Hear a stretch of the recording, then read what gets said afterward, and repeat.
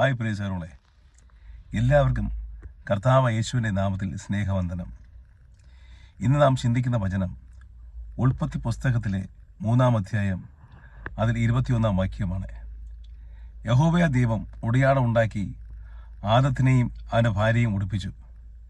പ്രിയ സഹോദരങ്ങളെ, മനുഷ്യന് ജീവിക്കാൻ വേണ്ട എല്ലാം ഉണ്ടായിരുന്ന ആ ഏദൻ തോട്ടത്തിൽ നിന്നും പാപം ചെയ്ത് കഴിക്കണ്ട എന്ന് പറഞ്ഞ ഖനി ഭക്ഷിച്ച് സ്വയം നഗ്നരെന്ന് മനസ്സിലാക്കി അവിടെ നിന്ന് ഓടിയകലുന്ന ആദത്തെയും ഹവയുമാണ് നാം കാണുന്നത്.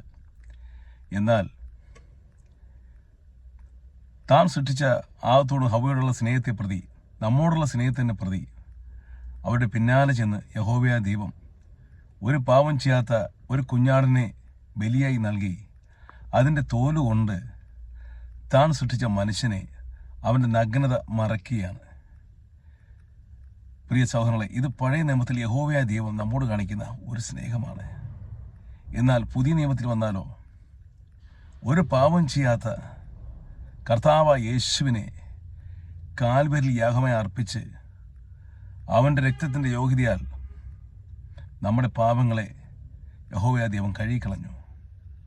അവിടുത്തെ സ്നേഹം നമ്മോട് കാണിക്കുന്നത് എത്രയോ വലുതാണ്. പ്രിയ സഹോദരങ്ങളെ, എന്തു കൊടുത്താലാണ് പ്രിയ സഹോദരങ്ങളെ ഈ സ്നേഹത്തിന് പ്രത്യുത്തരമാവുക?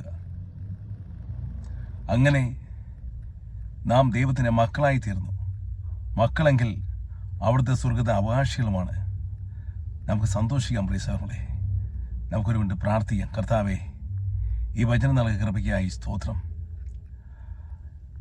അവിടുന്ന് പാപം ചെയ്യാത്തവൻ്റെ രക്തം ചിന്തി ഞങ്ങളെ പാപങ്ങൾക്ക് പ്രായശ്ചിത്തം ചെയ്തുവല്ലോ കർത്താവേ. അവിടുത്തെ തിരുമുമ്പിൽ ഞങ്ങൾ ഓരോരുത്തരെയും സമർപ്പിച്ച് പ്രാർത്ഥിക്കുന്നു. കർത്താവേ, ഞങ്ങളോട് അനുഗ്രഹിക്കണമേ.